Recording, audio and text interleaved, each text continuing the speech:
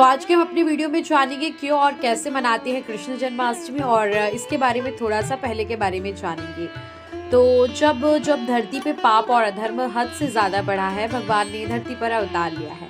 भगवान विष्णु किसी न किसी उद्देश्य की पूर्ति के लिए धरती पर अवतरित होते हैं, और साथ ही विष्णु जी का एक अवतार श्री कृष्ण थे। मथुरा की राजकुमारी देवकी और वासुदेव की 8वीं संतान के रूप में उन्होंने जन्म लिया, जिनका नाम कान्हा था। और कान्हा बचपन से ही गोकुल में माता यशोदा की गोद में पले बढ़े और वहीं पे उनका बचपन बीता। राजा कंस से बचाने के लिए वासुदेव ने कान्हा के जन्म के बाद ही उन्हें अपने चचेरे भाई नंद बाबा और यशोदा को दे दिया था। श्री कृष्ण ने अपने जन्म से लेकर जीवन के हर पड़ाव पर चमत्कार दिखाए।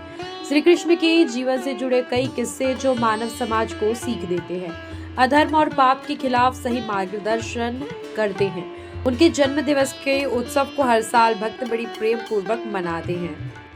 तो वही अगर हम इसकी थोड़ी सी हिस्ट्री के बारे में जानते हैं, इतिहास के बारे में जानते हैं, तो भारत में श्री कृष्ण जन्माष्टमी का उत्सव बहुत ही धूमधाम से और श्रद्धा भाव के साथ मनाया जाता है। हिंदू धर्म में मान्यता है कि भाई कंस के अत्याचार को कारागार में रह रही बहन देवकी ने भाद्रपद के कृष्ण पक्ष की अष्टमी तिथि को अपनी 8वीं संतान के रूप में श्री कृष्ण को जन्म दिया था। भगवान विष्णु ने पृथ्वी पर कंस के अत्याचार के आतंक को खत्म करने के लिए अवतार लिया था। इस कथा के अनुसार हर साल भाद्रपद की अष्टमी तिथि को श्री कृष्ण जन्माष्टमी का पर्व मनाया जाता है। वहीं इसके थोड़ी सी महत्व के बारे में जानते हैं। तो पुराणों के अनुसार श्री कृष्ण त्रिदेवों में से एक भगवान विष्णु के अवतार हैं। कृष्ण के आशीर्वाद और कृपा को पाने के लिए हर साल लोग इस व्रत को रखते हैं। मध्य रात्रि में विधि विधान से पूजा अर्चना करते हैं, भजन कीर्तन करते हैं और जन्मोत्सव मनाते हैं। इस दिन के लिए मंदिरों को विशेष तौर पर सजाया जाता है। कुछ स्थानों पर जन्माष्टमी पर दही हांडी का भी उत्सव मनाया जाता है। तो हम थोड़ा सा ये भी जान लेते हैं आखिर कैसे मनाते हैं कृष्ण जन्माष्टमी। जन्माष्टमी में जो भक्त होते हैं वो अपनी श्रद्धा पूर्वक और श्रद्धा अनुसार उपवास रखते हैं। भगवान श्री कृष्ण की विशेष पूजा अर्चना की जाती है। बाल गोपाल के जन्म मध्य रात्रि पे होता है, इसलिए जन्माष्टमी की तिथि की मध्य रात्रि को घर में मौजूद लड्डू गोपाल की प्रतिमा का जन्म कराया जाता है। फिर उन्हें स्नान करा के सुंदर से वस्त्र धारण कराए जाते हैं। फल फूल और इन सब का भोग लगाया जाता है। कान्हा को भोग अर्पित किया जाता है। उन्हें दूध दही मक्खन बहुत अच्छा लगता है। ये बात आप सभी जानते हैं, लेकिन बताना काम है हमारा, इसीलिए भगवान को भोग लगाकर सबको वितरण करना चाहिए, यानी प्रसाद बांटना चाहिए।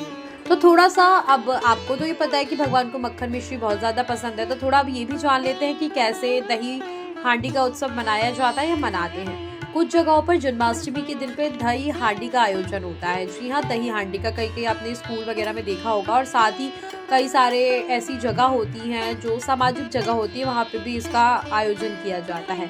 विशेष तौर पे इसका अगर हम महत्व देखें तो गुजरात और महाराष्ट्र में ज़्यादा है। दही हांडी का इतिहास बहुत दिलचस्प है। बचपन में कान्हा बहुत नटखट थे। वो पूरे गांव में अपनी शरारतों के लिए प्रसिद्ध थे। कान्हा को माखन दही और दूध ये सब बहुत अच्छा लगता था। उन्हें माखन इतना अच्छा लगता था कि वो अपने सखाओं के साथ मिलकर गांव के लोगों के घरों में माखन चोरी करने जाया करते थे। कान्हा से माखन बचाने के लिए महिलाएं माखन की मटकी को ऊंचाई पर लटका दिया करती थी, लेकिन बाल गोपाल अपने सखाओं के साथ मिलकर एक पिरामिड बनाकर उसके जरिए ऊंचाई पर लटकी मटकी से मक्खन चोरी कर लेते थे। कृष्ण के इन्हीं शरारतों को याद करने के लिए जन्माष्टमी में माखन की मटकी को ऊंचाई पे टांग दिया जाता है, और अलग अलग वे में उसका पिरामिड बना के, जैसे आपको पता ही है, और वो मटकी को फोड़ा जाता है। इसे दही हांडी कहते हैं। जो लड़का ऊपर जाता है उसे गोविंदा कहा जाता है। तो कमेंट सेशन में बताइए आपको ये हमारी इन्फॉर्मेशन कैसी लगी। वैसे जो इन्फॉर्मेशन थी बहुत ज़्यादा कॉमन थी, लेकिन फिर भी कमेंट सेशन में बताइए जन्माष्टमी के उपलक्ष्य पे आपको ये जानकारी कैसी लगी।